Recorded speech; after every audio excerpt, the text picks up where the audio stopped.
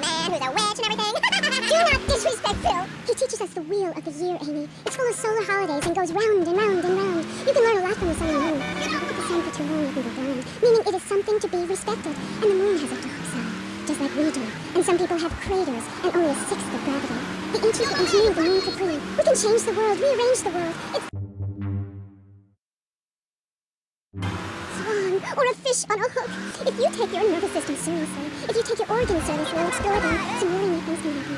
Phil taught us that. He's been to Mali to meet with the village elders. That's why there's the ceremony of the knife. Oh, great. Why does everyone have to be packing sharp things? The knife ceremony is very important and spiritual. It's an ancient one-person personal crisis. You say to yourself, I'm going to have a spiritual experience, or thrust this thing into my head. Live actors never rehearse and need no script, Amy. That was said by somebody really spaced out. And I'm going to say it again, like the wind which keeps blowing, or the sun which shines with light. Will you please leave? You smell and you talk really weird, and you're just really gross. Not until I tell people out there, become an internationalist. Learn oral traditions. Learn to respect life. Make war on machines. Marry your mother. Technology will enslave us. Buy my book. It's printed on board. Okay. Let's take a quick call. Hello, you're on K-Chat. What's your name? Hey, it's Manuel from Stone Island. I love the show. Yeah, I want to talk about technology and enslaving us. You know that play, In the Future There Will Be Robots? Well, that's a true story. In the future there will be robots. And I'm gonna hack them all. I'll make them say funny things. You know, I can move satellites around with my computer. Computers are evil. The Luddites of ancient Britain know this. That's why they destroyed the computers that created things faster and more efficient, took their jobs. Oh, shut up. Computers aren't evil. It's the people that program the computers that are evil. That's a pretty big difference. I'm talking to you through a computer right now. In fact, I am a computer. Well, anything that can think faster than me is evil. Anything which doesn't dance or sing or cry or wear a smock. You create your own reality. We are like the dust in the wind. We are golden. We've got to get ourselves back to the garden. Okay. I know who you remind me of. My Aunt Susan. Oh, she was single too. I'm not single, Amy. I share my life with a number of valuable partners, and we commune with each other in a non-judgmental, expressive way. Oh, me. My mom calls her. Anyway, let's go to the boat. You're on K-Chat. Yes. Thank you. Yeah, that was great. Really interesting. I'm British, you see. Like our ancient wood-wearing queen, Medusa. Medusa.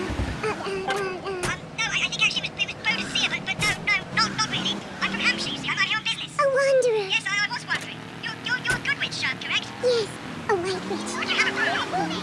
It's ceremonial. Supposing I'd be a bad boy. Like if I hadn't learned my spells or something. Would I get smacked with it? Violence is wrong. But you must hit Freddy with your broom. Freddy's been very naughty and not learned his spells. Hit me, Harry, hit me. I deserve it. Prank caller. Sorry, listeners. Somebody call the IRS. Who let that guy in the country? Yes, poor man. So lost in ill days with his father, son, and mother nature. I hope he finds what he needs. And I need to take a commercial break. Yes, good luck. Gethsemane. Yeah. I hope you find what you're looking for, and I sincerely hope you take a bath. We'll be back after this. You're on K-Chat. Don't go away. Hi, I'm B.J. Smith. In my long and illustrious 3-year career at the top of pro football, I whooped some serious ass and got paid for it. They didn't call me death and tight pants for nothing. When you had such a rewarding career naming others as I had, you know how to stay fit. Through running, wrestling, stepping 20s on panties of boxing slippers, firearm training, nasal sleep, and beating the hell out of your fellow man. That's what keeps me healthy. And now, using training methods I perfected, it's going to work for you. With BJ's Fit for Football. Watch those pounds fall off. I'm down to 300 pounds using exactly the method I demonstrated on tape. I mean, who are you going to trust to get fit? A man who can rip your arm off and beat you with the wet end? Or some aerobics instructor who wouldn't get drafted by the local hopscotch team? Hell no.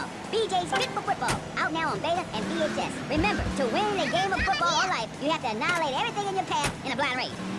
Ever since Linda started working, our kids are home alone. We tried hiring a nanny, but she wanted health insurance. Yeah, right. That's when we got domestified. He's great with the kids. He's helps us too. He's a great composition. He's in our special place. It's like having a personalized alarm clock. It's even more. Domestabot. He's 3 foot high. He only says 10 phrases. He's the friend you've always dreamed of. Order Domestabot today. So, welcome back and all that stuff. You're on K-Chat with me, Amy Scheckenhausen, on Vice City Station for the stars, including me. And boys, have I got a treat for you. Next up is a living legend, a man who won the World Series single-handed, known to his fans as Death in Tight Pants, and known to his enemies as, oh my god, I just got flattened by a truck. How is that fair? It's sports legend B.J. Smith. So, B.J., welcome. Thanks. It's a real pleasure to be here. Oh, I know. But one thing, sweetheart, I never won the World Series. That's baseball. I played football. Yes, but it's all the same, isn't it? Football and baseball aren't the same. And one of them, you get bored doing a 5-hour game. You touch yourself a lot and start a massive brawl with players who are degenerates, egomaniacs, and criminals. The other's football. Yes, but it's all the same. No, Amy, it isn't. Anyone can hit a home run. In baseball, you stand around the field, then violating your salary by 162, waiting for some action. Talk to a guy who just played an hour of football. He's been in the trenches getting Agent Orange sports drink poured all over his head to keep him taking an innocent life. One is a game for men, the other is a game for pansies who like wearing button-down shirts. They call baseball a national pastime. If that means making $1 million by standing around all day, count me out. I'll work for my money. Yeah, BJ, just like me, I can tell you. Yo, baby, it's cool. I just want you to know what I did. I do. Jeez, get over yourself. You must have a testosterone imbalance tampons like all those jocks who shower with other men. You can't tell me you don't look at other people's business. Baby, I played professional sports for 14 years, including high school, and I'm making a comeback. I'm a very competitive person, I grant you, but I ain't got no testosterone imbalance. With that little mustache you busting out, looks like you should be talking about some hormone problems, girl. Excuse me? What did you say? Oh, no. Damn, baby, you're so ugly you make blind kids cry. BJ, you better stop being a bully just because I'm not into the jock scene. I like sensitive guys, you know, like actors or rock stars or that kind of thing. Not some great big hulking giant that has to tell everyone how important he is. Well, I didn't realize we were trying to impress each other here at Sweet Thing. I was thinking we were here to discuss my new exercise video or talk about my possible comeback in professional football. Not sitting here flirting with each other. I'm a married man. I'm on my 7th one. So you got a big family, all those wives. That's fantastic. Not really. You see, I really like family, especially some show up you didn't know existed. I tell you, Father's Day, I'm scared to go to my mailbox. My big heart has caused me a lot of heartache, but when you're in a public eye, you can't always tell what people are about. BJ has met some real manipulative people. 7 wives. That's fantastic. No, I have 1 wife. Had 6 before that. So you downsized, right? Yeah, something like that. If you want to win in life, you have to change players. You can't play on the same team all the time. So, oh my God, isn't this getting intimate, BJ? I feel like we are really connecting. Yeah, I like it connecting. Other men may rumble, but I go into the trenches like a doorman. That's the extra part of my video. What are you talking about? Well, as you know, running the ball is like making romance. And one day when I was going for a touchdown, if you know what I'm saying, I had a great idea. You see all these fitness videos on television? It's always that idiot fool in leotards prancing about, giving it the skinny thing. And I say, what is this? I mean, what in the world is this? These people ain't fit. They ain't got a clue. When you fit, you know it. If you come into the locker room, you know I was fit for football. Able to wrestle and pounce and hurt somebody for an hour straight. That's what people mean. If someone comes to jack your ride, are you gonna bust a aerobic move? Hell no. But when you know how to grab another man by the face mask and twist him around and so he tears ligaments in his back and never play again, I mean, that's some real useful everyday stuff. And I should know. I ain't been there. You know, I just don't want to talk about football anymore. Well, take dating or washing the car. What good is a leotard when you're washing the car? Or put a man in a helmet in a cup, and he can wash the car indefinitely. That's fighting fit for football. It really burns in the program. The best way to get your body fit is to have total disregard for your body. Every now and then you wake up and come out of concussion and say, thank you, I look good. BJ, you talk funny. We'll be back on K-Chat right after these messages. Are you tired of your couches getting ruined? Oh, Grandpa. I made tinkles again. If you've got old people cluttering up your home, why not send them to Musty Pines? We'll help bring back dignity, and we promise it will be the best 3 months of their lives. They'll enjoy bingo, complaining, mumbling incoherently, skinny dipping, and organ donation. And once a month, it's our famous Lucky Dip medication switching night. Musty Pines is located at a luxurious location overlooking Vice City's state-of-the-art sanitation facilities. You can still visit your old people, but now you have the comfort of knowing you don't have to. After they pass on to something better, guaranteed in 3 months or less, you can start enjoying their money. Finally, you can have quality family time again. Musty Pines. Now, you don't have to say goodbye. Drive-through service also available. He was just the boy next door. Hi, well, hello there, Danny. I didn't know it was a shaky season. Hey, can I borrow a knife? A deadly curse, a deranged killer, a small town in tears. Knife After Dark, rated R for retarded. Ew, that's gross, BJ. Stop hitting on me. Hi, I'm Amy, and you're on K-Chat.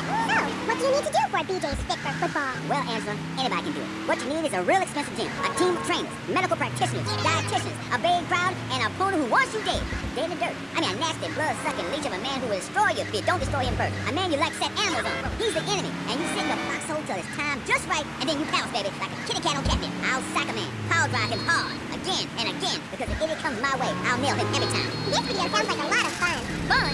Fun? You think it's fun when grown men cry in mortal agony? When you're so scared of what you're gonna do to a man, you step outside yourself like an astral projection, and police go Kent State on you, and people crying and bleeding and pouncing each other in the face, and that's just in the locker room before the game. That's your idea of fun? Yeah, I guess. Yeah, mine too. That's why I'm making a comeback. I've been retired 2 years, and I'm telling you, selling cars or appearing in soft drink commercials is not fun compared to having 50,000 low IQ morons in Green Bay or Tampa or Liberty City or whatever, screaming how they want you dead just because you're playing for the Mamas. That's actualizing the soul. Wow, that sounds interesting. Tell me about it. I'm doing it. I'm thinking. Hey, wait a minute. Are you reading a book over there during this interview? No, I can hardly read. Get on with it. I'm trying to, sweets. You best listen. The comeback is a real deal. B.J. Smith, 6-year Pro Bowl MVP, the man responsible for more broken bones than anyone since people had legs. I'm a physicrat. You can rip my arms off, and I'll just mold and grow new ones. Where? Right here, right now. Let's get it on. Of course. I mean, when? Soon, baby. Real soon. But don't call it a comeback. Like the song said, I'll whoop your ass. And this time, I'm doing it my way. Ignorant fools, they gave me nothing to work with. The owners, I mean. What owners are you talking about? The owners of the team, they gave me nothing. They're the reason my marriage failed. I worked my ass off all those years sweating blood and puking my soul out, and they treat me like a tractor. Roll me around, treat me no better than a dog. The guys I got now, they never saw any out of those monsters. That's just like Jade. Who's Jade? Jiffa? My friend. She's a goth. She got sacked for wearing makeup and an I Hate wife t-shirt to work and never saw a penny. She like, football stuff.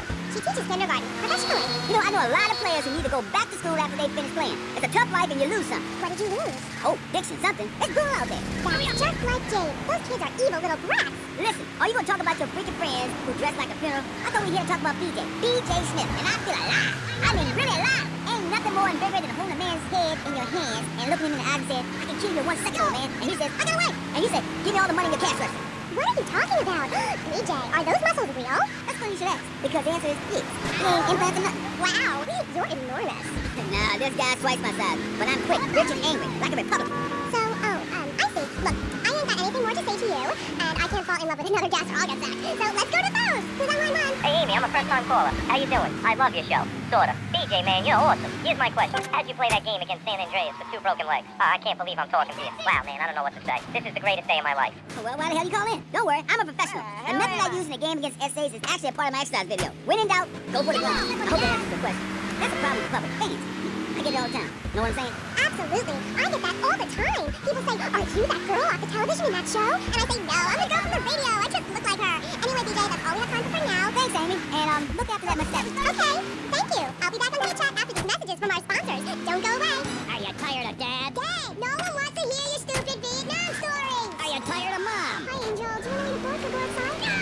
It's The arcade comes to your living room, only without the creepy guys offering to show you puppies. That's awesome! The Degenitron, you can play video games just like you're in the arcade. Excellent! The Degenitron gaming system plays 3 exciting games, including Defender of the Faith, where you save the green dot with your fantastic flying red square. Cool! Monkey's Paradise, where you swing from green dot to green dot with your red square monkey. That's rad! And Penetrator, where you smash the green dots deep inside the mysterious red square. Wow! The Degenitron brings arcade realism to your living room. It can even take quarters, and a strange, sweaty man comes by to empty the machine on Fridays.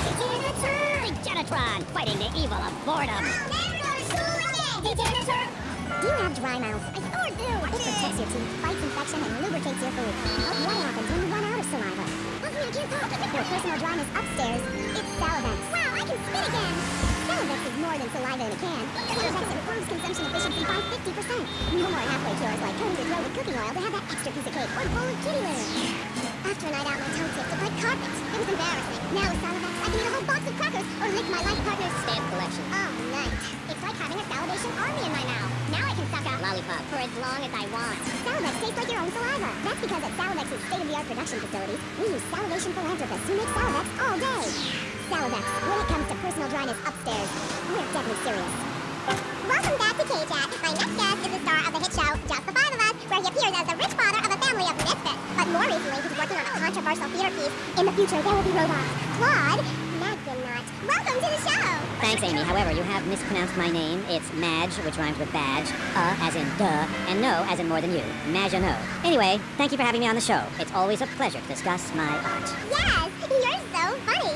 Now, Claude, you're an interesting man, if you don't mind me saying so myself. Because on the one hand, you're on the funniest show in the whole wide world, Just the Five of Us, and on the other, you do those weird theater dance shows which aren't funny. Yes, thank you. Technical school dropout. I'm sure sitting here talking all day is terribly difficult. Juilliard is not. In the future there will be robots is not a funny piece. It deals with the most important issues in the world today. Love, pain, suffering, skin-tight pants, and well-stretched groin muscles. But see, music has no name, Amy. It's about depth and texture and sense of community that emerges from the struggle going on within all of us. Between man and machine. Between the angel and the beast. It's as if Petrushka and Leonard Bernstein were in a ferocious dance competition with switchblades. That is passion, my dear. Okay. So it's a bit like Just the Five of Us. What a show! I love Jimmy. He's so cute, even though he looks so young. I'd rather not talk about my complications working with him. I'm a performer. I express myself any way I can, while I'd never attempt to describe Just the Five of Us as anything other than worshipless pap. I need to support my serious art. It's like stealing a boombox to do live interpretive dance. If I bring joy to people's hearts doing an interpretation of a tree in the park, who is harmed? There is a value I derive from art, as a man, as a creator, and that is this. Never overestimate the dreadfulness of the mass market, the degrading excess of the culture, or the horrors that we all have within it. Great, yeah. Me too. But as Mr. Chesterfield, you're so funny. What is it you say? Not in my house. That gets me every time, especially after the drunken tramp your dog that has wet himself. Oh, say it for me, please. As they say in France, matrice. Not in my house. Please, I came on your fine show to discuss art, not people that pour themselves out on the altar of commercial success, dancing like a puppet alongside a genetic freak. Although I do that too. Okay, Moody. So what do you want to talk about? Oh, I don't know. My performance at the Hollywood Bowl, perhaps. There are some that attend the concert inside. I am the concert outside myself. In the parking lot where we build bonfires and dance. It comes back to the seriousness of my purpose. At a young age, I held puppet shows on the corner that had people weeping and lying down in the streets. It's about movement, about encouraging ordinary, working-class people, that there is something enervating about a modern dance performance. That seeing in the future there will be robots will change your life, no matter what your life's like now. Kind of like getting a new haircut. Yes, exactly. No, nothing like a new haircut, you halfwit. This is movement. Watch my hand. Yes, movement. There's a manatee on stage, see? He cannot hear from the wall of Wagner around him. We have lasers that shoot him down, cut him free his soul from the bondage of the past. And then on stage, we have snow that falls and represents love in all its forms. The robot makes a snow angel, and we begin to cry. Close curtain. Okay. Well, I love just the 5 of us. Please, enough! 5 succeeds while robots starve. Attendance has been poor. If I were opening this with the Orquesta Filarmónica de Jalapa in Mexico, there would be riots in the streets with small children giving me flowers and weeping. Here in Vice City, they wouldn't know art unless it came as a tube of beef jerky. They told me, Claude, it can't be done. Vice City is for sun worshippers and Philistines, and I told them no. I told them, if I'm directing a work of commercial dross down there, I must save my soul with some serious art. But to be honest, Amy, they were right. I feel ahead of my time. The best artists are ignored. I mean, surely, any right-minded person would rather spend an evening watching me express the meaning of space as I move delicately across the stage in the dance of desire and denigration than flopping around in a disco or a nightclub or sucking the electric teat of television. I know I would. God, I mean, what is wrong with you people? God, my hair. What? My hair is all wrong. It clashes with my dress. Zeus, Cicero, Shakespeare, Flaubert, someone, please save me from this hellhole. My dear, you are so ignorant. I'm trying to save you, to save everyone. You don't see the art around you. Are you in search of Auld Lang Synes, singing Madame Butterfly on a windowsill, or relegating yourself to a cricket in Huckleberry Finn? I'm a movement that conquers love, while you complain about your dress. Know you not how important my mission be? Right. Cool. Okay, Mr. Chesterfield. I mean, Mr. Magna. You gotta hang in there. You're on K-Chat, and I'll be right back. At the law firm of DeLeo and Furax, we understand that sometimes life throws you a curveball. We help our blue-chip clients get their lives back after circumstances have conspired against them. Just listen. It wasn't an unfortunate accident. What happened to my wife on that precarious cliff? DeLeo and Furax can't bring my wife back, but they made sure I didn't end up in the slammer. I was unfortunate enough to be found with 15 kilos in my spare time. I was so mad at the auto repair shop that sold me that tire. Thanks to DeLeo and Furax, the district attorney saw it that way too. I accidentally torched a Quickie Mart when my medication ran out. DeLeo and Furax helped me and the community by ensuring a healthy settlement from the pharmaceutical companies. At DeLeo and Furax, we understand the judicial system and will ensure the truth is heard, no matter how improbable. We're not cheap, but what price can you put on truth? Call DeLeo and Furax today at 866-974-2333. That's 866-9-SHADY. DeLeo and Furax. Accidents happen, and we'll prove it. The store leading the fight against communism is having a blowout sale! Ammunition has a wide array of peacemakers. Come by Ammunition on Militia Mondays, exercise your Second Amendment rights, and get 10% off all armor-piercing bullets. We're the only gun store that let you try them before you buy them. Need anti-tank missiles? We've got them. Flamethrowers? Oh yeah. No credit? No problem. No money down. 90 days, same as cash. Shoot now, pay later. During the 10-minute waiting period, fire up a few rounds of the Ammunition gun range. Featuring ranges of famous Tommy Pinkos. Come by Ammunition and register to win an anti-aircraft gun actually used when we whooped Australia's ass. This weekend is the Ammunition Film Festival with free screenings of the documentary Red Dawn. Ammunition, protecting your rights. You're back on K-Chat with me, Amy, and my special guest. Let's go to the phone. Mr. Magnat, Bruce from Prawn Island here. Big fan of the show, Mr. Mag. No, big fan. I don't know about the robot thing. It's weird. Quickly, is he really 42? Did he shop in the kids aisle? Did he get on roller coaster rides? I mean, what's the deal? Did he pay half price for the movie? No comment. Next caller. Oh my god, trauma. I mean, that's my line. I'm supposed to say, oh, this guy is such a dick. Next caller. Who's on the line? I mean, who's on my line? What number is it? Who's on the line? Hello, Claude. This is Morgan. I'm just vacationing down here, having finished my doctoral thesis into images of young boys in post-lapsarian Greece and the erotic understatements of the fugue in contemporary Baroque. Fascinating stuff. Do you have a question? I'm confused. No, woman. I just wanted to tell Claude about my thesis and discuss his bleaker Death in Venice street period. Of course I have a question, you silly girl. Claude, I saw robots. Big fan, and that's praise and game coming from me. I normally hate anything humanity has achieved since 1836. But one thing fascinated me. Claude, about the show, the pants. They were so tight, so fitted. How do you get such a marvelous close sequin figure hugging your hips in a new? Oh, and were the sequins a reference to lasers? Yes, my, I agree. Thanks for calling. That is an important question. You see, I'm an important person, and I especially think so. It is really important for people to see my form move through space in very tight pants. Or the effect is ruined. Interpretive dance cannot be expressed in baggy clothing. It's like a violin parade. Otherwise, why have a love story with a manatee and the lasers? It's very important. You're kind of creepy. You're nothing like you are on the show. You're so funny there, joking with the family and putting out the fires started by the homeless guy and starting group hugs, but in real life, you're just plain creepy. You won't even tell us how old Jimmy is. All you talk about is artsy stuff like that nobody understands because it's complicated, and how tight your pants are. That's not true. I also discussed love and passion and humanity and the lasers. You, my dear, could use all three. You, my dear, are a Philistine. I'm sorry, but this is one of the most degrading, debasing, horrific, unedifying, opportunistic things I have ever done in my life since that whole Rake's Progress lawnmower commercial.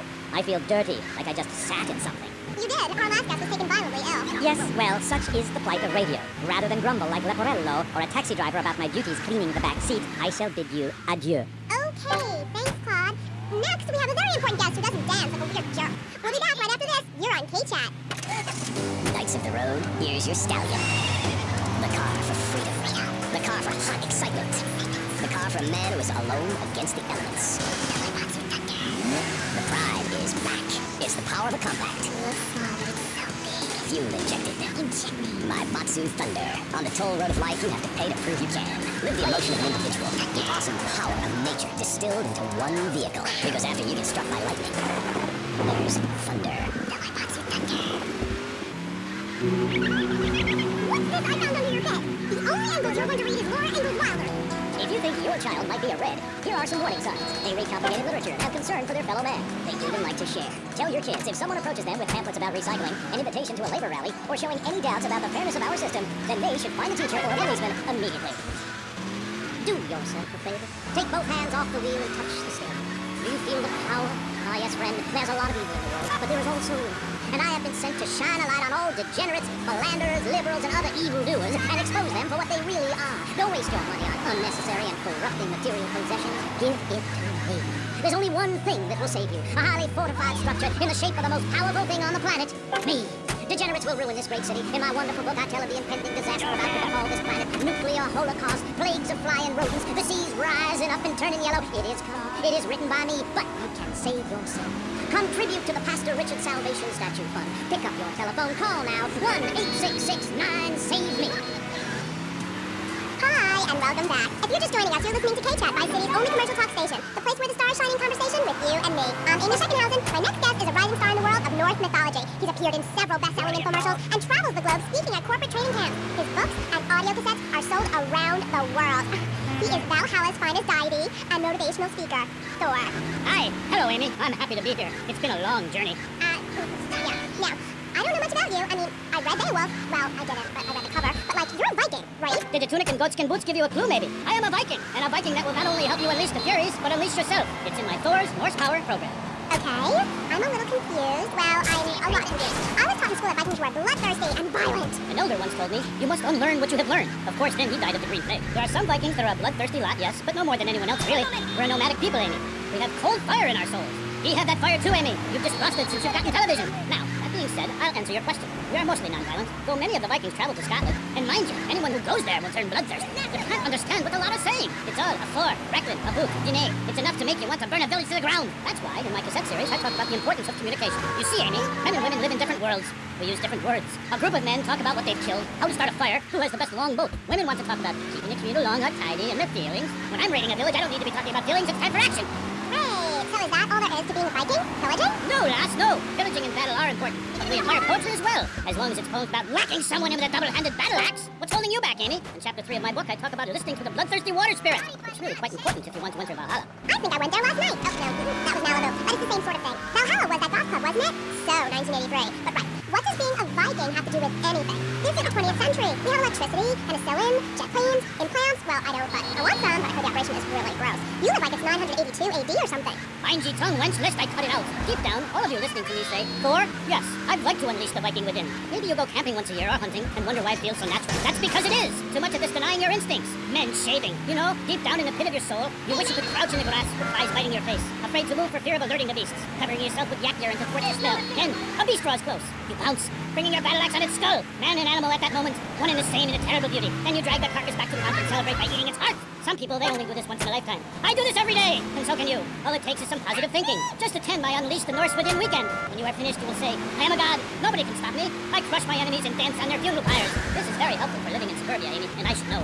I really don't understand how. Oh, it's very helpful. Maybe a neighbor is tossing his leaf clippings on your lawn, or looking at your woman, or harboring desires regarding your longboat. You enslave his children, set his house on fire, he shall not bother you again. It must be nice to have you as a neighbor, not. I live in no place longer than needed to fulfill my goals. Taking slaves, valuables, and food. Goal setting is very important, Amy, not just in football. You're very weird and creeping me out a bit, but whatever. No weirder than anything else. So, what do you think of Vice City? Ah, I like it very much. Your women here are prepared for battle. They are large, not like those scrawny things to the north. A woman who eats well provides for her man. You cannot set sail for robbing and pillaging on an empty stomach. It's like the story of the parson's wife and the troll. I don't think I've ever heard of that one. Great Carl Erson, ye mainlanders have no historical perspective. Read the runes. It's all right there. Talk to a grandparent. But no, he cast people out like rubbish. Wisdom is not to be treated so lightly. When my father grew old, I sat with him day and night, absorbing his wisdom, learning about the demons and where the wickedness resides in men's hearts. And as his time grew near, I built a large fire, burnt him and his wife while communing with Odin's spirit. Careful, must be kind to the sponsor of the show. Oh, Grody, what are you doing? I'm just adjusting myself, she-devil. Wearing these animal hide does get a bit itchy. Okay. You never answered my question. What do you think of Vice City? Your land and people have a lot in common with mine. You see, we too fled our homes due to lack of food, overpopulation, and the bitter cold. And, mind ye, starting out to raid passing ships is fine, but we needed a new land to have our way with. Granted, we row and sail to an area, land in force, and burn down a local monastery or village, whereas you come in, destroy all the creatures, and sell plastic versions of them. You did a fine job pillaging these lands, but you should have done something about Canada. Wait a minute there, Buster. My mother's half Canadian. Oh, what are you going to do, wench? Sweep the ice furiously at me? Ha! Socialized medicine? Nah, you did it all wrong. You should have continued to the north and finished things off. I talk about this in the motivational learning tapes. That and beware the magpie. Just the devil. Evil reigneth when darkness falls. Are you married? You seem like a tough character to live with. Aye, your wife Helga. What a hag. This show is not sexist, whatever certain bearded women might say. Women are people too. I'd appreciate if you wouldn't talk that way. Ah, go live in a chimney, you troll. You 20th century women are all the same. And me hag Helga, she felt pretty uppity ways. She says to me, Thor, I ain't having no mead no more. I'm going to meetings. See? That's your problem. As soon as you sort something out, you have to go preaching from the rooftops to everyone else how to live, not pillage nor thunder no more, but live in boxes. Then she says, Thor, I'm getting me stomach staples. I look fat, and now fit as 2 yak skins, where previously 'twas only 1. I say, wench, don't come crying to me when we're in a longboat crossing the straits for 2 moons, and you're all skin and bones. A man needs something to grab onto. Aye, ain't her fault. A cursed pixie goblin got her. Pixie goblin? What kind of weird ancient nonsense are you talking about? Now, Thor, I've got to ask you, how old are you? I am as old as a fjord, as young as a newborn lamb. Are you shy about your age? Just talk about it like my mom. Thor is never shy. Thor is mighty. Thor is a god. And where are you from? From the beginning of the flat earth, where the sun meets the sky. Oh, right. By the beach. Great. Let's take a commercial break. We'll be right back with Thor. He's a real Viking. Hello, I am Fernando Martinez. I think by now you know I am an emotional kind of guy. People stop me in the street and say, Fernando, what the hell is wrong with me? Silk shirt, hairy chest, enough aftershave to drown a household pet, but I still cannot get a woman. I tell them you are an ignorant fool. Without a symbol of power and fertility around your neck, what kind of woman is going to respect you? That is why I have teamed up with Medallion Man, the shop for medallion needs. Medallion Man caters to all levels of masculinity, with a strong silent type, a medallion the size of a hubcap will say everything that needs to be said. Even singing medallions for the Casanova. Who knows? Music is the food of love. Model trains, dollhouses, diapers, whatever your interest, we've got a medallion for yours. Don't forget, every woman knows if you can support a medallion, you can support a family. We have some sad news for you. Rock and roll is dead and pop is in! Why not discover the excitement of the science of music yourself at Synth & Son, the home of keyboards? Thanks to the science of music, you don't need musical talent to make great music. Just listen. I created that just by pressing a button. Synthesizers are the new way. Why work hard on difficult compositions when a machine can make music better than you've ever dreamed of? You'll be the hit of the party. It's perfect for in-restaurant entertainment, cover bands, and funerals. Make views funky and death marches danceable. It's the science of music at Synth & Son. Remember, you don't know you're a musician until you try. We're back on K-Chat with me, Amy, and my guest is Thor, Viking warrior and elf guru. Do you have a last name? Oh, whatever. Anyway, what were we talking about? We were talking about the wisdom of the ancients. There are many hurdles in life, Amy. I remember one of the first bits of fan mail I got. It came by bottle in the sea. A man of Lollard Island said, a tiny woman came to our farm and swept in front of our door. A woodland troll has carried off my woman in the dead of night. Give me wisdom, Thor. So, what did you tell him? Aye, Amy, it was obvious the Black Plague had visited his home. As sure as you can't be a midwife to a fairy, expect wisdom from a fool, or find a good meal downtown on a Saturday night. Okay. I really have nothing to ask you because I really don't think we're bonding quite right here. I'm more than a little confused. Let's go to the phones. You're on K-Chat with Thor. Yes, hello, Thor. My name's Jay. I'm a huge fan, man. Your book really helped me get through puberty. Everyone else was into vampires and stuff. I just got into the Viking thing. It's pretty cool. It's been working pretty well for me. Anyway, my girlfriend and I, we fight all the time. She's always calling to check up on me. It really totally sucks. It's a drag. Like, I hang out at the strip mall with all my boys, and she shows up. Is there any advice you can give me? Yes. There was a man who asked for a night's lodging at a certain farm on the eve of Maundy Thursday. Or maybe it was Fat Tuesday. Anyway, in the course of the night, the old woman of the house took out a horn of salve and smeared herself with it from head to toe. She then climbed on top of the stove, sat astride a sweeping broom, and began to... Hello? Excuse me, what the hell are you talking about? Reading from the runes, wench! What kind of rune is that? Aye, it's a man's rune and not appropriate for the warrior under 18 years old. But there's a moral at the end. Are you still there, Fair Jay? Yeah, I'm still here. Do you love this woman? Yeah.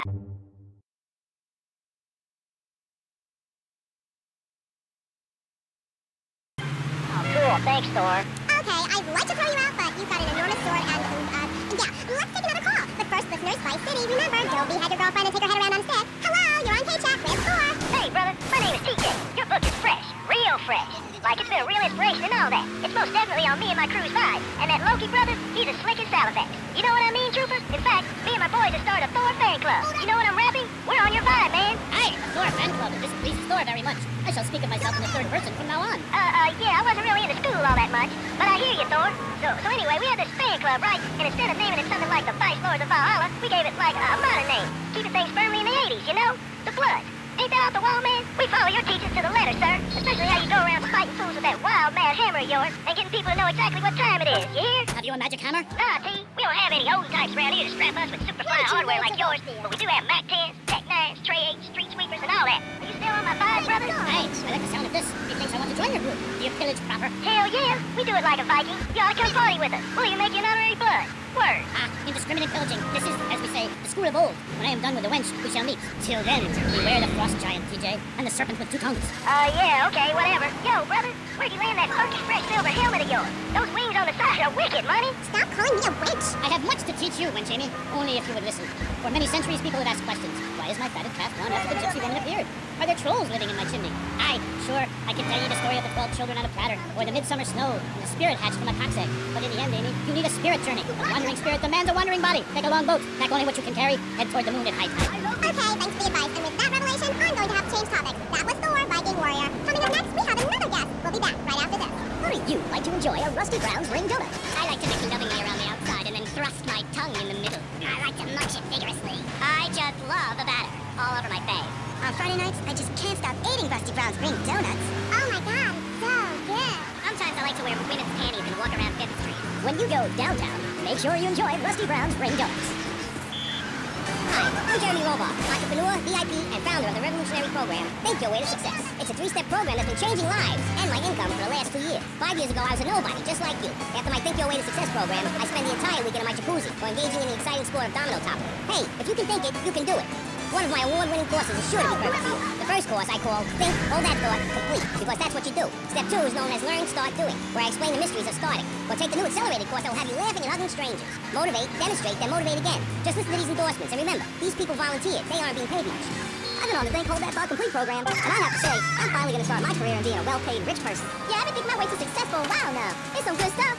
Call now and sign up for my Think Your Way to Success program. And if you want to think really fast, try my Crank It Out program. Call 1-866-434-SELF. Hey, don't just do it. Think about it. Sweaty leather tracksuit? Absurdly fat Dayglow laces? Something missing? Complete the look with a replica car sign insignia on a chunky gold plate chain at Vice City's one-stop shop for people who know how to put the hip into hip-hop. Wow, you look fresh. Complete the look. God, can we play more commercials on the station? The station is without me. What? Oh, hi, I'm Amy. So, right, we're back. I'm here with oh my god, this is so exciting. But now I'm here with Jazz Torrent, a rock god, all the way from Scotland, England. So, Jazz, I'm sorry, as you can tell, I'm a really huge fan of Love Fest. Hey, let me say sorry. You are a woman of substance. I like that. Thanks. Yeah, thanks. That's cool. And, Jazz, who is that thing with you? Andy, I think she's doing a lot of the auntie, man. Look, she's going to take me 24/7, you know what I'm saying? Poor lassie, she's had a torrent of jazz more than one girl can take. Eh? Say hello, man. Hi, Paul. Ava, where are we? The rock lifestyle hasn't been too good to her. Man, just go away and sit in a lobby until I finish then. Check the fridge. Is she okay? I mean, apart from being an ugly, cheap cow, she looks half dead. Hey, seriously, man. Didn't crap my style. I'm an artist, you know. Okay, Jazzy. So, Jazz, I was listening to your album on my boombox all weekend. Like, how is it? I mean, you know, you're really totally famous. No, wait, I mean, so anyway, how are you? Cool, man, cool. Things are good. You can't OD on one, man. You are really something special. You Americans, you really know how to rock and roll, man. No like back home. I'm so confused. Is that because the new album didn't do so well in the UK? It's a fascist dancer. Sing about working class people trying to make it through a tough life. I sing about the things they want. Crashing hotel rooms, wearing glitter in your eyes, and waking up my dicks next to a total sports car. When you make minimum wage, love conquers all. You know what I mean, Sheila? The name's Amy. Right, whatever. Like I was saying, man, right? I'm an artist. I ain't in this for the money. If I were, would I be wearing these clothes? It's because the critics don't know. You know? They stand there and they do not know. Have they ever really listened to the lyrics to bury me deep inside? Eh? If the music isn't what they want to hear, if the songs ain't the right songs, you know, or if things aren't in their space or whatever, right, man? You know, that's my choice. You know, because, man, I am Love Fist. And the thing is, right, they're not. And if they don't get it, and if they're not riding my wave that day, man, well, you know, I ain't gonna go cry puppies just because their dog is dead, you know? As far as these idiots are concerned, I'm a man. But I tell you, sweetheart, I've been over to the other side, baby.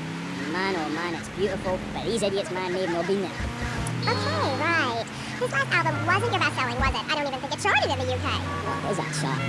Piece of paper. Bring that to the concert and I'll set it on fire. I ain't no Ronald Reagan or rock, babe. Album charts are a metaphor for human isolation and the breakdown of interaction. I say it's time to rock, right, man? Right, Jimmy. That's right, because I say it, yes. Because, sweetheart, This is so fun. I am Love Fist, the biggest band in the world. Yeah, but you and Dick and Percy and Willie, you're all Love Fist, the four Scottish horsemen of the apocalypse. Fist till morning. Take it on the chin. Ring deficiency. Four boys against your face. Great tracks. What memories. And here you say you dedicate the album to the children of the night. Who are they? Let's get one thing straight here. Hello? Are we recording here? This is for the record, right? Testing. Love Fist is Jez Torrance. I sing the songs, sweetheart. It's my face on the merchandise. You see us in concert, see four men rocking and dancing with tears in their eyes. You will see I am Love Fist. He who pays the piper plays the tune. Oh, I didn't know you had a piper in the band. Well, I was talking metaphorically. Condensed meaning, enlightenment. We're a family living in Death Valley, but I walk alone. I am on a spiritual journey, and if I see a dick and anybody stands in my way, the contract says I walk. I've been dragged back, held down, and embarrassed by those guys. But you know, it's part of being in a band, man. Like wearing makeup. Yeah, but wasn't Percy voted Guitarist of the Year by Rap Rock Monthly? Look, I love the whole bit of fuzzy guitar, but it's overrated, love, right?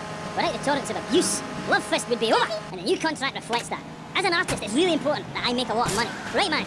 You need to keep you and a fringe and your diamonds in that, eh? Yeah, rock on, Keith. Roger, what a trip. Yeah, shut up, you silly top. Let's take a caller. Hello. You're on the line with Love Fist. Hi. Yo, this is Wayne, man. Hey, what's up, Des? I'm a huge fan. I go to all your concerts. I get crazy. I wear my Love Fist t-shirt every day, even when I'm with my old lady. Hey, I heard the subliminal messages in your video. Is that true? Listen, seriously, the big hair, the limousines, the girls, the partying, the clubs, the hotel suites, another TV smashed into 1,000 pieces, right?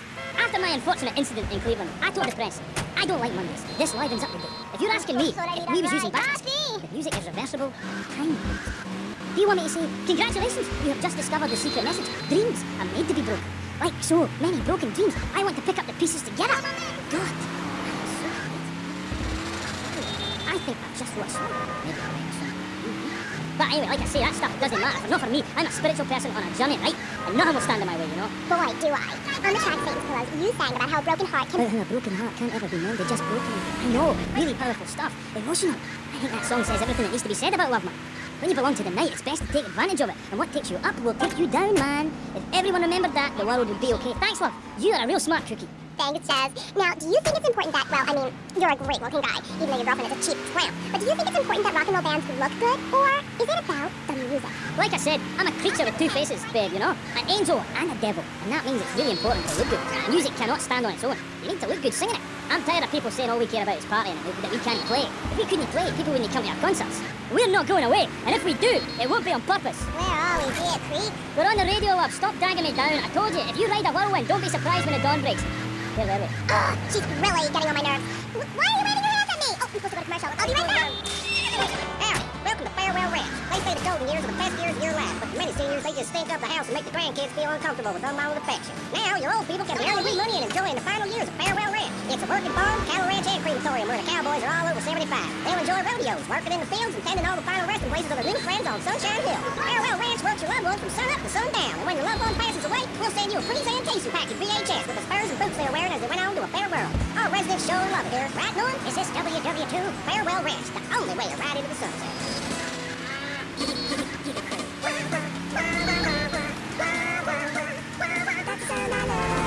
My morning, you make my night. You giggle, scream, and everything you make life go. Very fine, laughing, very fine. This giggle, scream, get something, then what's not funny now?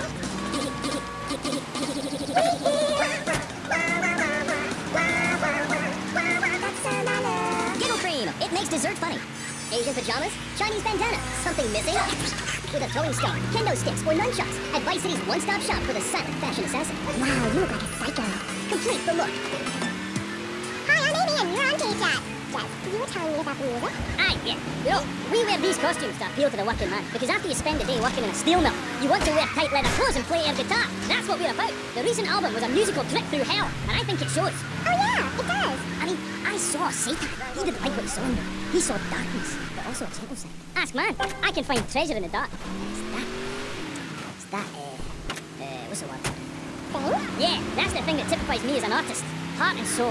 Head, trousers, everything. That's what you get at one of my shows. Get started and love fist will really show you, you know. We take the soul into darkness. Bring your lighters. You know, I invented that. I've about had it with wankers ripping off my vibe. I wore women's clothing first. Why? Because it tells you about light and darkness, like the moon. But seriously, yeah, it's really... Oh, thanks, Jazz. I've always thought your music really lets people see into your soul. Right, into great big pools of pain like me. Dangerous bastard. You see, babe, I've had my heart broken and I am still a man. I'm working on a song right now called Falling Stars on Shattered Dreams in the Rain. It's about being able to communicate through music rather than words. Set in a wind tunnel. That's why there's a huge snake painted on my jacket. The snake symbolises kind of a subconscious power force.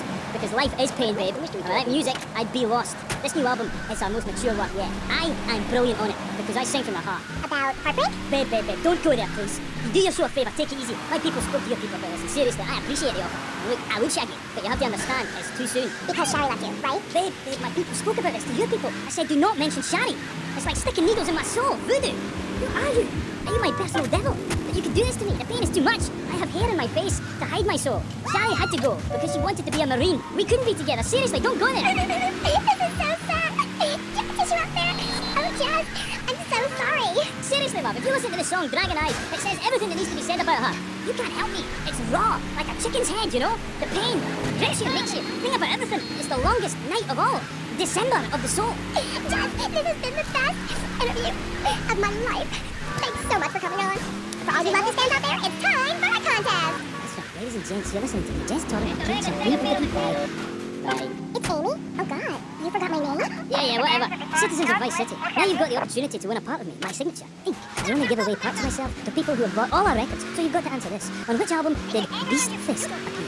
Was it A, Dogs on Heat, B, Fat Chicks All Day All Night, or C, Devil's Own Band? For the chance to win tons of Love Fist prizes, just answer the question. All you need to do is write the answer on a postcard and send it into the station. Jazz, before you go, will you please play us a song acoustic? Piss off! Acoustic songs are for sissies. Babe, seriously, do not cramp my style. Look, I've got to save up the love for the big show. Babe, I love you. I really do. Friends for life, dance into the fire and all that. Always good to me. You look after man for us, will you? Oh, I lost my lighter again. Love Fist! That was the Junior Jazz Torrent of Love Fist, who are appearing this week in Vice City as part of their world tour. Bring your lighters and a spare pair of panties. I know I will. We'll be right back on K-Chat after these messages. Thanks. What makes a real American? A cowboy hat, enjoying a fine T-bone steak, going to a baseball game, shooting a gun. Maybe it's the freedom to go into a poor country and tell them how to do things. Hey, those are all great qualities. But one thing that makes a true patriot is the ability to choose an American car. When you buy an import, you take a hot meal off a hard-working American's table.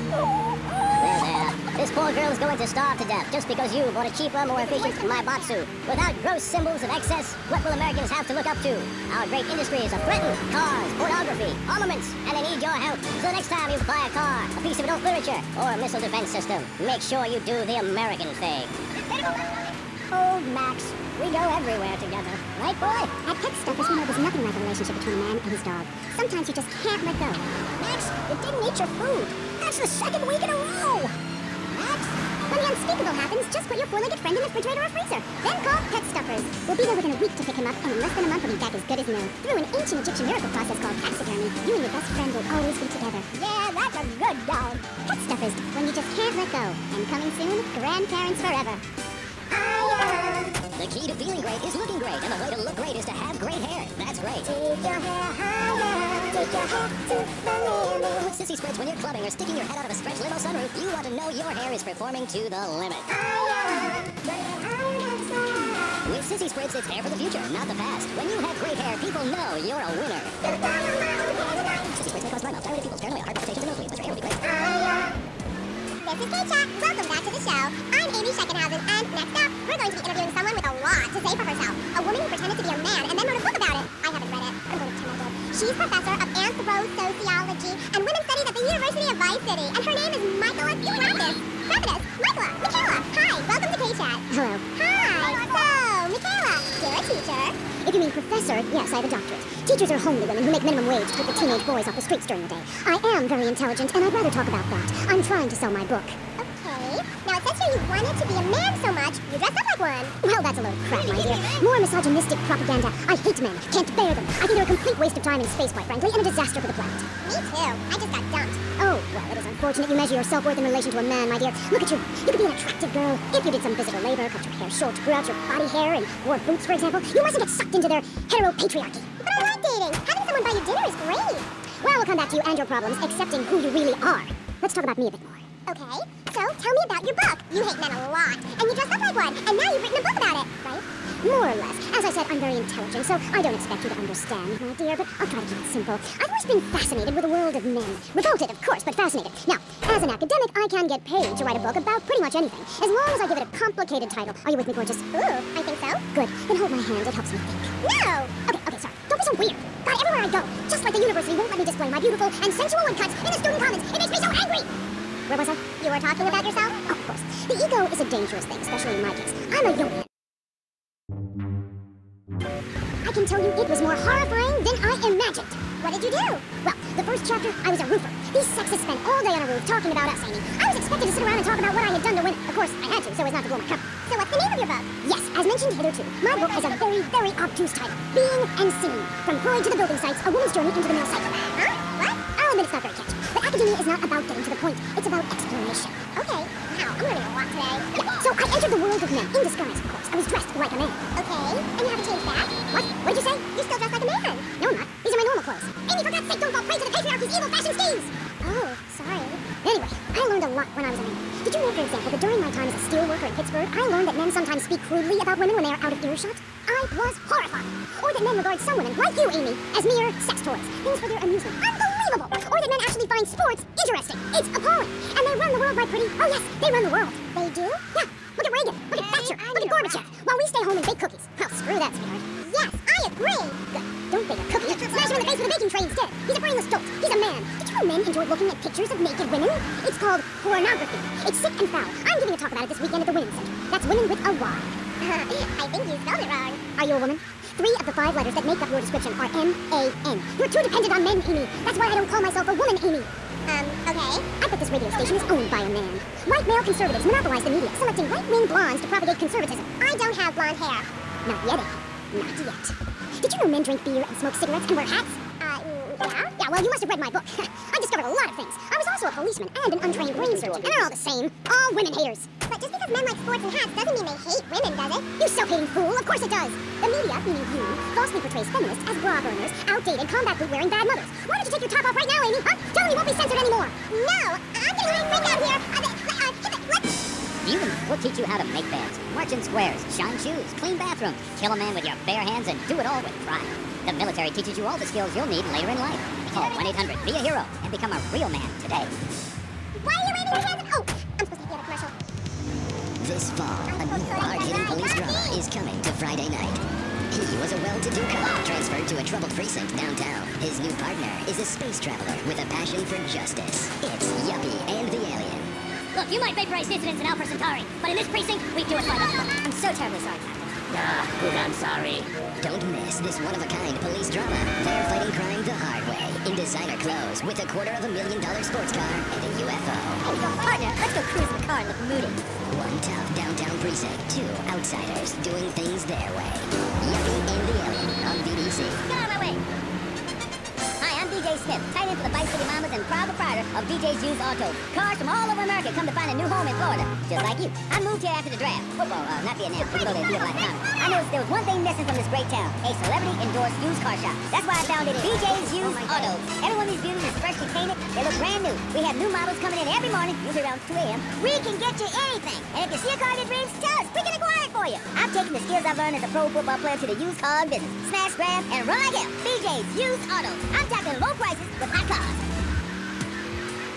If for some reason you'd like to speak to Michaela Crapper, just give her a call and hey chat. Who's on the line? Michaela, hi. Hey, sister. I'm wearing trousers. I haven't shaved or waxed in 9 months. I left my broken-hearted husband and baby behind. Now I'm living in a commune with a series of life partners. Having quite simple, amazing experiences. I got my inspiration from a lecture you gave last year. Thank you so much. You taught me a lot. Yes, good, Smoker. But ask yourself, are you doing enough? It sounds to me like you're living a lie. Your life is still very man-centric. You're still justifying yourself by the I am not, rather than the I am principle. I mean, really, you might as well make his bed and clean his litter tray, for God's sake. It's half-hearted fools like you who give feminism a bad name. But I even attacked my brother with a bread knife. You show pony, prom queen, cheerleader, skirt wearer. You see, Amy, that's the thing about people. They're so half-hearted, pick and mix, not prepared to carry out their threats. That woman, that lady, as I bet she likes to be known, is really a self-hater, a failure in the man's world. Yeah, why, I bet she's never even attacked a man with a vat of boiling oil. But she said she tried to kill her brother. Don't argue with me. I write books. Okay, next caller. Michaela, I'm a huge fan. Are you? Yes, you've really changed my life. Before I heard you speak a couple of times, I was getting into the feminist movement, but in sort of a silly way. Really?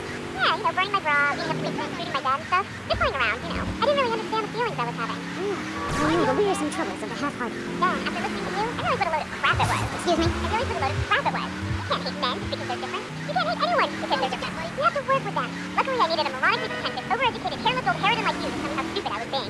I mean, we're all just people, and it's idiots like you who cause the problems in this world in the name of reclaiming some false ideal. And blabbering on and on about gender politics at rallies just so you can wear leather and cup. Why, you misogynist! No, you're insane. You hate yourself because you're a failure. You're an appalling academic and about as intellectual as a hemorrhoid. Goodbye. Well, well, it's nice to see my work has stimulated such healthy debate, don't you think? Michaela, she hated you. No, nonsense. Poor dear was in bits. Not very used to the cut and thrust of academia. I thought she expressed herself poorly and didn't know what she was saying. Probably burned her husband's cakes or something. It is important for me to confront the differences and similarities between myself and other women. I am smart, strong, I seek liberation. Your society imposes on me. God, this is all so confusing. Everything has two meanings. Exactly. Apart from the word through, which has 5. You can choose to be a victim, Amy, but after you read my book, you'll realize men are irrelevant. Can a man have a baby? Do I need a man to have a baby? No, we don't need men. We need more parts of town we can call our own. More parades, more gatherings of understanding where women can beat each other with pillows and practice judo. That doesn't sound like fun at all. Oh, shut up. I've had enough of you little tart. That makes 2 of us. Right. Listeners, don't go away. When you come back, we'll have a new guest, and I promise they'll be more interesting than Michaela Crap Artist. Michaela, it's been a pleasure. I'm sure we've all found this very illuminating, and why our beliefs are right in the first place. We'll be back right after this.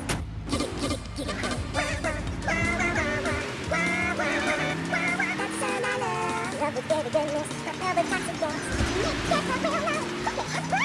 You can buy it anywhere, grocery store shop. Make sure that you're in a check with your hands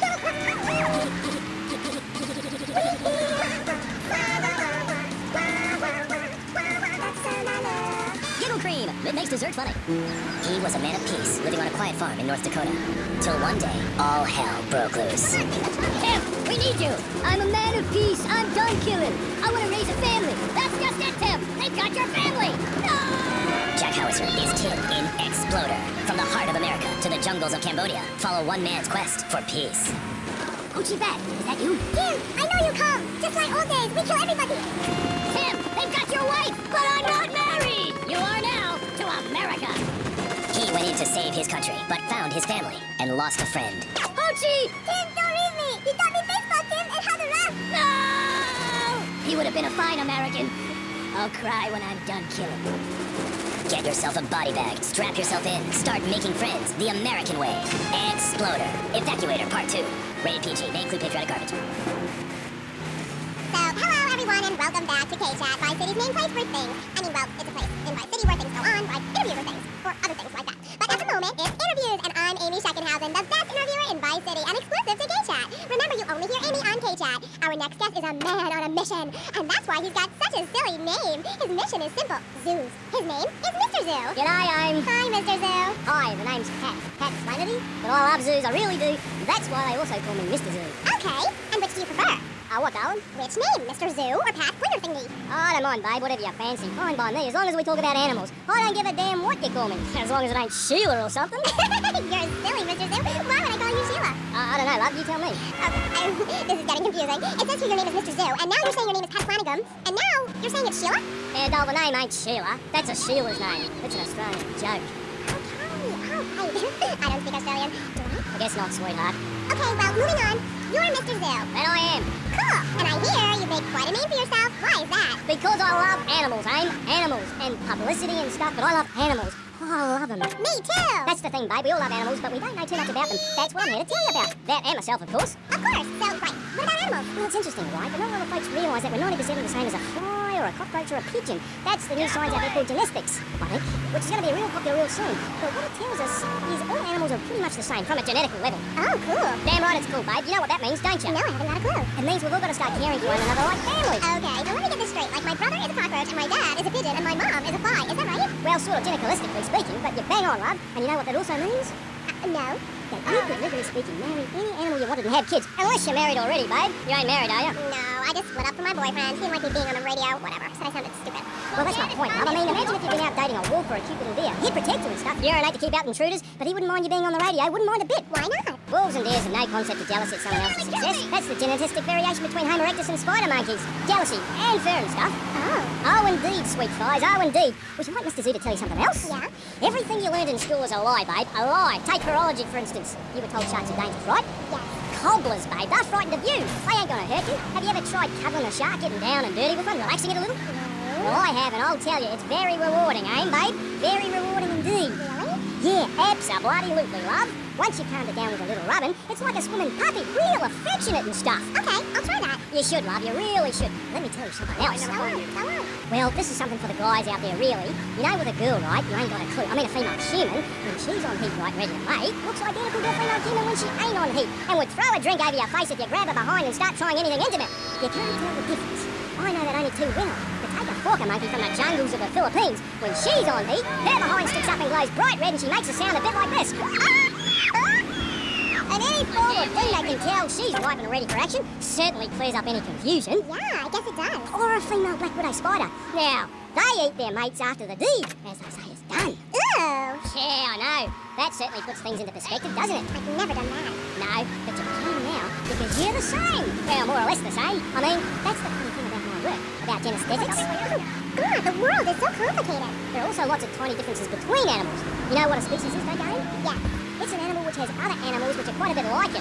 A dog is a species, but a cat isn't, because there's lots of cats. However, I've discovered out there in the wilds loads of new species that regular science practiced by repressed blokes in laboratories hasn't even known about. Really? Really, I have. There's a horny Pat bear named after me, Pat, right? Exactly the same as a regular bear, only it's got a big horny growth hidden right down its groin area. You gotta reach in, have a fiddle about, and then you find it. Completely different it is. I was amazed when I found it. I can imagine. I was amazed when I left the hairdressers. No wonder, darling. Oh, the double-gutted cat tree monkey. Exactly like a normal tree monkey, only it's called after me. And if you have a rummage around inside, down in the back door, you discover it's got 2 digestive tracts. 2. Amazing. Really profound, it was. Ooh, that's gross. No, Aim. It's the science of Mr. Zoo. Getting down and dirty with animals. Because I love them and I hate lies. Okay. It also says here you like zoos. It's a love-hate thing, babe. That's nice. But I'm certainly an expert. I know what I'm doing and I'm not afraid to expose myself. Okay, well, I'm getting a little confused here. Why don't we take a break, and when we come back, take some phone calls, because all the buttons are really flashing all of a sudden. You're on K-Chat. The science of evolution has uncovered many of life's mysteries, like tadpoles or the pyramids. But the mystery of the armpit remains. What's it for? Why is it hairy? And why do men have nipples? But one thing is for certain, the armpit smells bad. Luckily, there's Pit Balm. It's like napalm for your skin, or Agent Orange on your sweat glands. Pit Balm stops unwanted bodily functions in their tracks. It's as effective as sending GIs into a peasant village. When you're fighting the war against personal hygiene, bring out the heavy artillery. This Friday night, it's the incredible sitcom that has captured America's heart and given the whole country a new catchphrase. But I'm 42. Just the 5 of us. After a mix-up at the adoption agency, the Chesterfields came home with 3 zany new house guests. Jimmy, tidy your room and go to bed. I'm so sick of it. I keep telling you I thought I was there to see. I look 12, but I'm a 42-year-old investment banker. I want to go out and get laid. Oh, yeah, and I'm Santa Claus. Now, tidy your room. Asshole. Sure. Our posh suburban home must be a welcome change from that alley you were sleeping in. I really enjoy living it, but it's on a booth. It's the funniest, most touching half hour on television. Charlotte, what's that smell? I set the couch on fire again. Yeah, I can help you with that. And this week, it's a very special Just the 5 of Us, where an attractive blonde lady tries to steal Jimmy away. Now you're talking. Just the 5 of Us. Friday nights on VBS. We're on K-Chat, and so are you. If you're listening, I'm here with Australian animal lover, Mr. Zoo. If you've got anything to ask him, why don't you just give us a call right now? Yeah, great. Give us a call right now, and I'll tell you anything you need to know about animals. Okay, who's on the line? That's weird. G'day, of course it is. And you're in Vice City. Yeah? What are you doing here? Promoting animals, mate. Don't you remember the court case? I get lost. Amy, let's have another caller. Okay, who's on line 2? You're through to K-Chat. Don't hang up on me, Flannery. You're meant to be in a hospital, you sicko. Hey, easy there, mate. Hospitals are for people who don't feel well. I'm at the top of my game. Are you insane? Don't answer that. I know, man. You're sick and insane and you need help. I got a visa, mate. I got a visa. You can't touch me. I'm bona fide. I love animals. Leave me the hell alone. Or I'll come by your aquarium and feed you to the bloody sharks, you no good by the book paper pushing murderer. Babe, I would have lived if you let me in a tank. I could have cheered him up. I could have done. Now stay away from me, you hear? No more callers, K.A. Phones are so impersonal. Not a two-way conversation like the radio. Okay, who is that? Wrong number, I think. No, it wasn't. Yeah, it was. A bloody wrong number. He wanted a plumber and a Chinese. I was speaking to him in Australian. Okay, cool.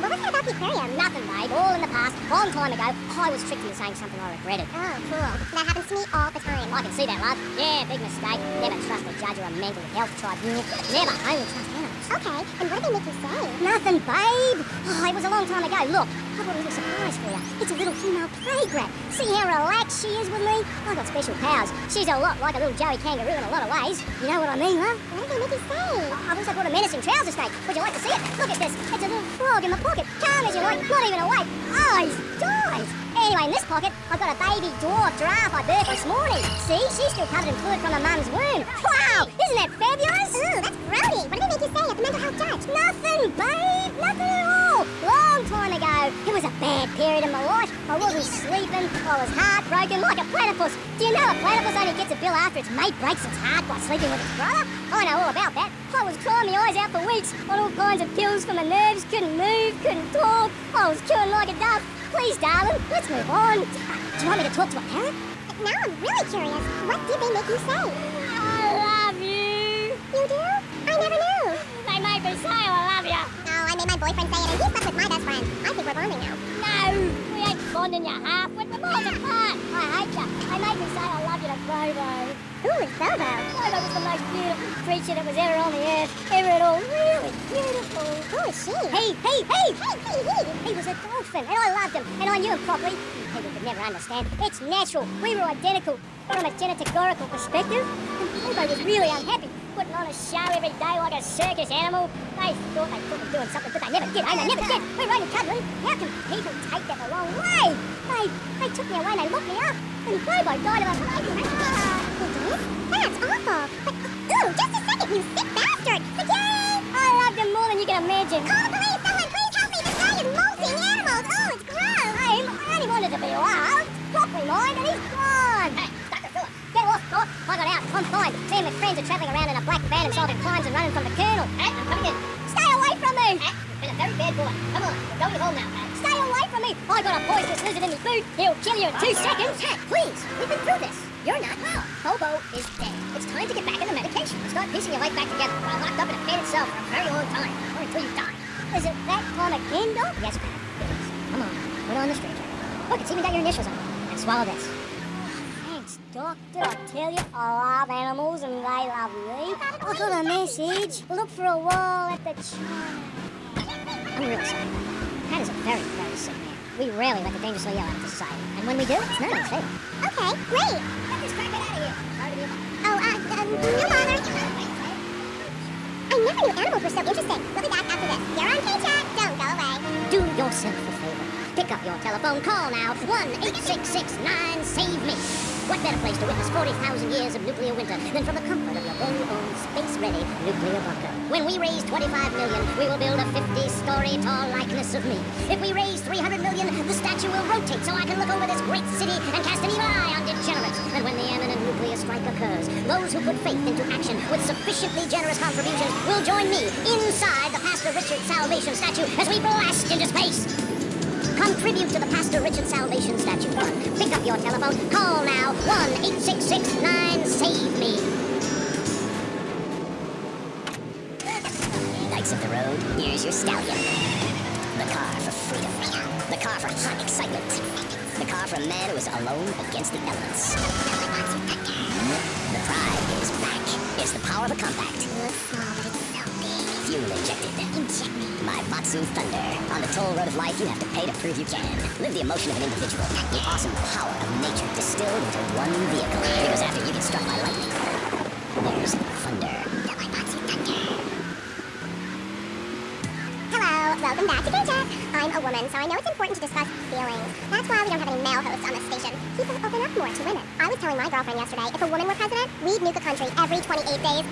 In these times of trouble, of international scary things that cause anxiety, people seek solace. Or is that solace? Oh my god. Some visit lady friends, others go to a bar, and a strange few talk to rocks. My next guest is the author of this book on love in the coven. She sits on the board of the Vice City Renaissance Committee. Gethsemane. Welcome to the show. Hello, Amy. I brought you a crystal. Isn't it gorgeous?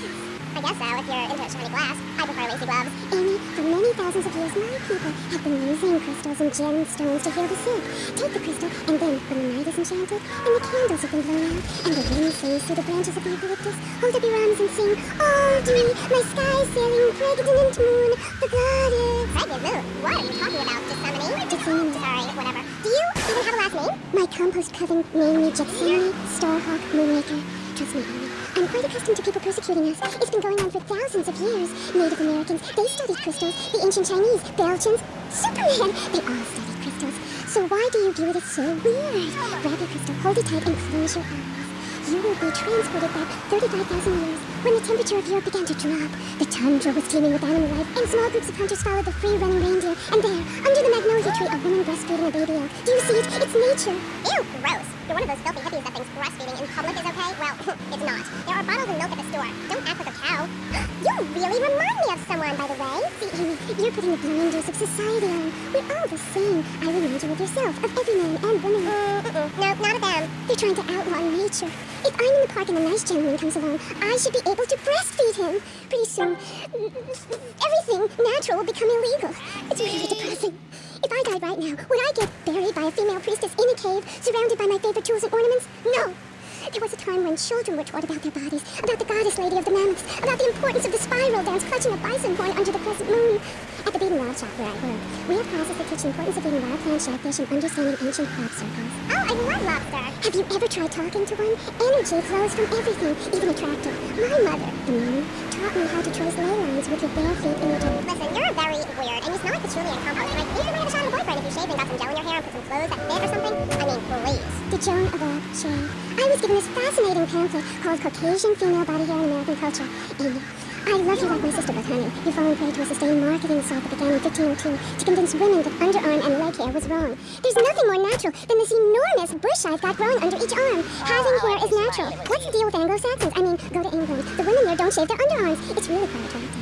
You just need to focus your eyes to look for healthy signs and not the signs of socialized barbarism, like shaving or wearing deodorant or birthing in a hospital, rather than the open air like a wolf cub. Remember Brother Romulus and Noble Remus? Wolf raised. I find this really interesting. Not really, but I say this because I'm told to. I'll be back on K-Chat after these messages from our sponsors. Howdy, partner. It's 4:30 in the morning here at Farewell Ranch, and it's time to get up and work the old cows. Get up, yo! At Farewell Ranch, old people don't sit around stagnating, watching game shows and talking about the good old days, sinking into the grave in a urine-soaked mess. At Farewell Ranch, they sweat and toil and don't breaking point. Keep that miserable contemplation of mortality at bay. Hell, steering time, we'll work Grandpa so hard he'll wish he was dead. At the end of the day, he'll sit down in the bluegrass, eat a bowl of commemorative beans, and enjoy sing-alongs at one of our nightly funerals. It's the Cowboys code. Work hard, don't shower, and tie your boots. Right, Norm? We're prostrates, Farewell Ranch, the only way to ride into the sun. It's the knife that saved America. If you like the film Exploder, you'll love this enormous commemorative survival knife. In the handle, you'll find all of the things you'll need in any wilderness, disaster situation, or the jungle of your backyard. It comes complete with fishing line, needle and thread for sewing gashes back together, and an incredibly useful and durable toothpick. Can't go without me. I got something stuck in tooth. It's okay, Ho-Chi. Try this. For those unplanned extended stays in the jungle, there's a saw for building your own hut, toilet paper, and a fold-out woman for company, as well as a serrated blade that can kill a man before he can scream. That'll show. The Exploder Survival Knife. It's the knife that saved America. Now, it can save you. This knife killed 25,000 people in Cambodia. Now, you can too. Whatever. I'd die if I didn't have scissors, splits, and blocks. Germs are like so gross. Oh, hi, I'm Amy, and you're on K-Chat. Gethsemane. I can't get over how familiar you are. Oh, right, Amy. I really hope you read my book. The mysteries of the absolute can never be explained. Mother Nature knows more than all of us. That's what keeps people coming back for more. People are turning into zombies. A roof separates you from the sunshine in the morning. A bed separates you from the loving earth at night. That's what's so great about learning these things. When you're no longer oppressed by the cultural pressures of making money or showering or wiping yourself after using a toilet, you can focus on the important things. Don't you, Mom? Well, I've been up north to the theme park, and last week I went to the beach. No. Really, Travel. My coven has been meeting every Thursday, Saturday to prepare for a grand coracle journey, along the same route we took when our people came from Russia and Alaska along the Bering Strait. What's a coracle? Oh, is that like a Maibatsu? I prefer American party. No. Coracle. Cora means Arabian gazelle, which we all know was the daughter of Zeus, and Kal means gather grass and sew it together. A coracle is a single-person rowing boat made of reeds and twigs from ancient Britain. There's so many wonderful things you can learn from the ancient Britons, Amy. Like metallurgy and how to cauterize the wound when a bear has eaten your arm. Everyone used to have a coracle, Amy, even people who were scared of water. We're all about working to preserve the diversity of natural life. We use everything. Question, who's this we? My coven. Like witches? Yes. but not witches like you think. We're just a group of people who believe in communal sharing and chanting a lot and can't find husbands. Reading magazines, cloaks, wands, horned gods, rubbing your skin raw with rocks, dying of old age at 27, crying in terror when it starts to thunder, and these are all the things our ancestors did. Since I found my new mind and body, things have really changed for me. Our modern society only celebrates a select few. Every woman and every man is a star in the sky, Amy. Not just the ones that sing on TV or those people in the movies. I think I know what you need to separate your reflection from your true self. A Zen garden. Oh, my brother had one of those, and the federales came. Oh, no. Zen, silly girl. It's a little sandbox you draw pictures in. It teaches you things like that death isn't an end. It's just a stage and also a beginning of a new journey. Do you have a leader in this weirdo cult of yours? Not a cult, a coven. There's a big difference. Yeah, our leader's name is Phil. That's a weird name for a leader of a group of witches. Oh, hi, Phil. What Harry left you got, what with being a man who's a witch and everything. Do not disrespect Phil. He teaches us the wheel of the year, Amy. It's full of solar holidays and goes round and round and round. You can learn a lot from the sun and the moon. If you look at the sun for too long, you can go blind. Meaning it is something to be respected. And the moon has a dark side, just like we do. And some people have craters and only a sixth of gravity. The ancient Britons knew the moon could breathe. We can change the world, rearrange the world. It's dying, though, Amy, and it needs a mouth-to-mouth resuscitation, like a swan or a fish on a hook. If you take your nervous system seriously, if you take your organs seriously and explore them, some really neat things can happen. Phil taught us that. He's been to Mali to meet with the village elders. That's why there's the ceremony of the knife. Oh, great. Why does everyone have to be packing sharp things? The knife ceremony is very important and spiritual. It's an ancient one-person personal crisis. You say to yourself, I'm going to have a spiritual experience, or thrust this thing into my head. Life actors never rehearse and need no script, Amy. That was said by somebody really spaced out. And I'm going to say it again, like the wind which keeps blowing, or the sun which shines with life. Will you please leave? You smell and you talk really weird and you're just really gross. Not until I tell people out there, become an internationalist. Learn oral traditions. Learn to respect life. Make war on machines. Marry your mother. Technology will enslave us. Buy my book. It's printed on board. Okay. Let's take a quick call. Hello, you're on K-Chat. What's your name? Hey, it's Emmanuel from Front Island. I love the show. Yeah, I want to talk about technology and enslaving us. You know that play, In the Future There Will Be Robots? Well, that's a true story. In the future there will be robots. I'm gonna hack them all. I'll make them say funny things. You know, I can move satellites around with my computer. Computers are evil. The Luddites of ancient Britain know this.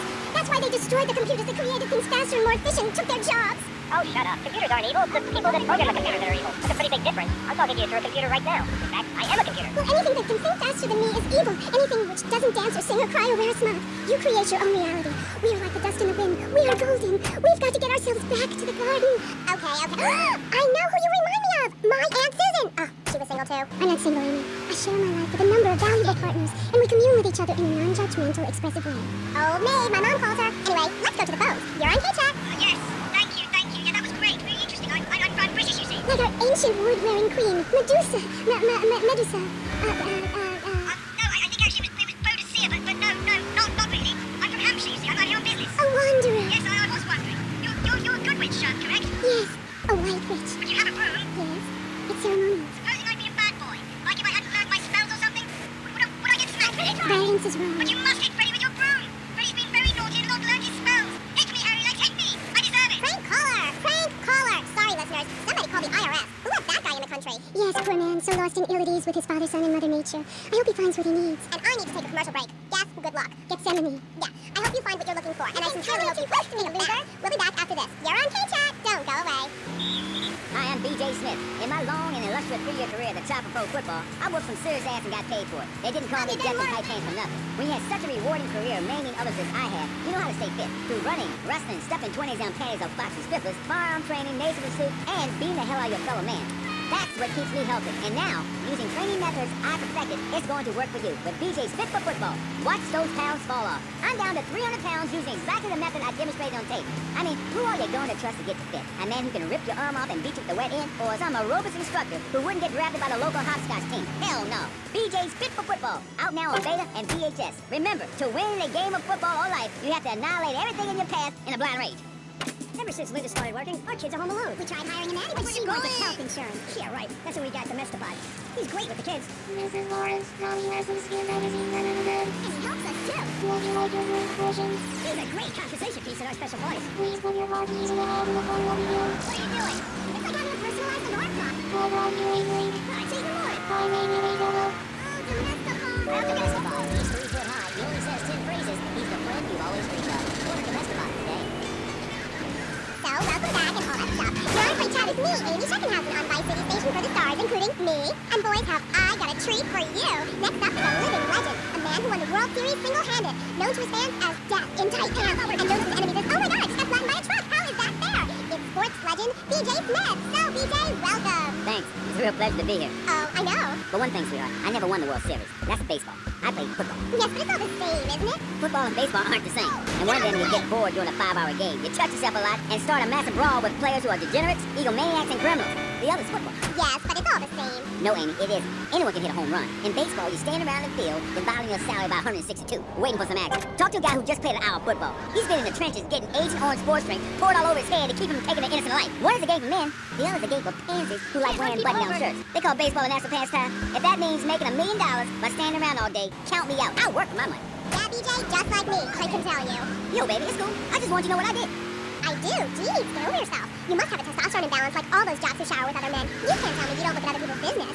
Baby, I played professional sports for 14 years, including high school, and I'm making a comeback. I'm a very competitive person, I grant you, but I ain't got no testosterone imbalance. With that little mustache you busting out, looks like you should be talking about some hormone problems, girl. Excuse me? What did you say? Oh, no. Damn, baby, you so ugly, you make blind kids cry. BJ, you better stop being a bully just because I'm not into the jock scene. I like sensitive guys, you know, like actors or rock stars or that kind of thing. Not some great, big, hulking giant that has to tell everyone how important he is. Well, I didn't realize we were trying to impress each other here, sweet thing. I was thinking we were here to discuss my new exercise video or talk about my possible comeback in professional football. Not sitting here flirting with each other. I'm a married man. I'm on my seventh. So you got a big family, all those wives. That's fantastic. Not really. You see, I really like family, especially when some show up you didn't know existed. I tell you, Father's Day, I'm scared to go to my mailbox. My big heart has caused me a lot of heartache, but when you're in the public eye, you can't always tell what people are about. DJ has met some real manipulative people. 7 wives. That's fantastic. No, I have one wife. Had 6 before that. So you downsized, right? Yeah, something like that. If you want to win in life, you have to change players. You can't play on the same team all the time.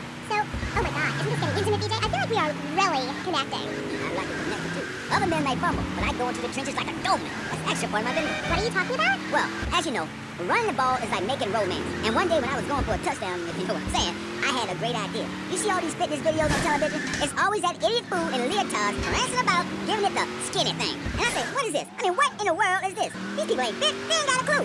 When you fit, you know it. If you come into the locker room, you know I was fit for football. Able to wrestle and pounce and hurt somebody for an hour straight. That's what people need. If someone comes to jack your ride, are you gonna bust a aerobic move? Hell no. But when you know how to grab another man by the face mask and twist him around and so he tears ligaments in his back and never play again, I mean, that's some real useful everyday stuff. And I should know. I ain't been there. You know, I just don't want to talk about football anymore. Well, take dating or washing the car. What good is a leotard when you're washing the car? Or put a man in a helmet in a cup and you can wash the car indefinitely. That's fighting fit for football. It really burns to the program. The best way to get your body fit is to have total disregard for your body. Every now and then you wake up and come out of concussion and say, damn, I look good. BJ, you talk funny. We'll be back in K-Chat right after these messages. Are you tired of your couches getting ruined? Oh, Grandpa. Nightmare triggers again. If you've got old people cluttering up your home, why not send them to Musty Pines? We'll help bring back sanity, and we promise it will be the best 3 months of their lives. They'll enjoy bingo, complaining, mumbling incoherently, skinny dipping, and organ donation. And once a month, it's our famous Lucky Dip medication switching night. Musty Pines is located at a luxurious location overlooking Vice City's state-of-the-art sanitation facilities. You can still visit your old people, but now you have the comfort of knowing you don't have to. After they pass on to something better, guaranteed in 3 months or less, you can start enjoying their money. Finally, you can have quality family time again. Musty Pines. Now, you don't have to say goodbye. Drive-through service also available. He was just the boy next door. Hi, well, hello there, Danny. I didn't know it was hockey season. Hey, can I borrow a knife? A deadly curse, a deranged killer, a small town in tears. Knife After Dark, rated R for retarded. Ew, that's gross, BJ. Stop hitting on me. Hi, I'm Amy, and you're on K-Chat. So, what do you need to do for BJ's fit for football? Well, Ansel, anybody can do it. What you need is a real expensive gym, a team of trainers, medical practitioners, dietitians, a big crowd, and an opponent who wants you dead. Dead in the dirt. I mean, a nasty, blood-sucking leech of a man who will destroy you if you don't destroy him first. A man you like set animals on. He's the enemy, and you sit in a foxhole till it's time just right, and then you pounce, baby, like a kitty cat on catnip. I'll sack a man, power drive him hard, again and again, because if idiot comes my way, I'll nail him every time. This video sounds like a lot of fun. Fun? Fun? You think it's fun when grown men cry in mortal agony? When you're so scared of what you're gonna do to a man, you step outside yourself like an astral projection, and police go Kent State on you, and people crying and bleeding and pouncing each other in the face, and that's just in the locker room before the game. That's your idea of fun? Yeah, I guess.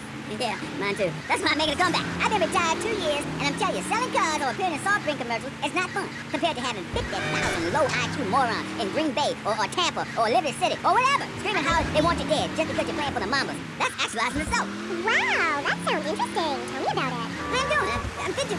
Hey, wait a minute. Are you reading a book over there doing this interview? No, I can hardly read. Get on with it. I'm trying to switch. You business. The comeback is a real deal. B.J. Smith, 6-year Pro Bowl MVP, the man responsible for more broken bones than anyone since people had legs. I'm a physicrat. You can rip my arms off, and I'll just molt and grow new ones. Where? Right here, right now. Let's get it on. Of course. I mean, when? Soon, baby. Real soon. But, and don't call it a comeback. Like the song said, I'll whoop your ass. And this time, I'm doing it my way. Ignorant fools, they gave me nothing to work with. The owners, I mean. What owners are you talking about? The owners of the team, they gave me nothing. They're the reason my marriage failed. I worked my ass off all those years sweating blood and puking my soul out, and they treat me like a tractor. Roll me around, treat me no better than a dog. The guys that got hurt, they never saw a penny out of those guys. That's just like Jade. Who's Jade? Jippa. My friend. She's a cop. She got sacked for wearing makeup and an I Hate Life t-shirt to work and never saw a penny. She like, football star. She teaches kindergarten professionally. You know, I know a lot of players who need to go back to school after they finish playing. It's a tough life and you lose something. What did you lose? Oh, Dixon, something. It's brutal out there. That's just like Jade. Those kids are evil little brats. Listen, are you gonna talk about your freaking friends who dress like a funeral? I thought we were here to talk about BJ. BJ Smith. And I feel alive. I mean, really alive. Ain't nothing more invigorating than holding a man's head in your hands and looking him in the eyes and saying, I can kill you in 1 second, old man. And he says, I got a wife. And you say, give me all the money in your cash register. What are you talking about? BJ, are those muscles real? That's funny you should ask. Because the answer is yes. He ain't implants or nothing. Wow, you're enormous. Nah, this guy's twice my size. But I'm quick, rich, and angry, like a Republican. So, I see. Look, I ain't got anything more to say to you, and I can't fall in love with another gas or I'll get sacked. So let's go to the phone. Who's on line, Mom? Hey, Amy, I'm a first-time caller. How you doing? I love your show. Sort of. BJ, man, you're awesome. Here's my question. How'd you play that game against San Andreas with 2 broken legs? I can't believe I'm talking to you. Wow, man, I don't know what to say. This is the greatest day of my life. Well, why the hell you call in? Don't worry, I'm a professional. The method I use in the game against essays is actually a part of my exercise video. When in doubt, go for the groin. I hope that answers your question. That's the problem with the public. Fans. I get it all the time. Know what I'm saying? Absolutely. I get that all the time. People say, are you that girl off the television in that show? And I say, no, I'm the girl from the radio. I just look like her. Anyway, BJ, that's all we have time for now. Thanks, Amy. And, look after that mustache. Okay, thank you. I'll be back on Paycheck after these messages from our sponsors. Don't go away. Are you tired of Dad? Dad, no one wants to hear your stupid Vietnam story. Are you tired of Mom? Hi, Angel. Do you want me to block the outside? No! It's in the turn. The arcade comes to your living room, only without the creepy guys offering to show you puppies. Awesome! The Degenitron, you can play video games just like you're in the arcade. Excellent! The Degenitron gaming system plays 3 exciting games, including Defender of the Faith, where you save the green dot with your fantastic flying red square. Monkey's Paradise, where you swing from green dot to green dot with your red square monkey. That's right! And Penetrator, where you smash the green dots deep inside the mysterious red square. Wow! The Degenitron brings arcade realism to your living room. It can even take quarters, and a strange, sweaty man comes by to empty the machine on Fridays. Degenitron, fighting the evil of boredom. Do you have dry mouth? I sure do. It protects your teeth, fights infection, and lubricates your food. But what happens when you run out of saliva?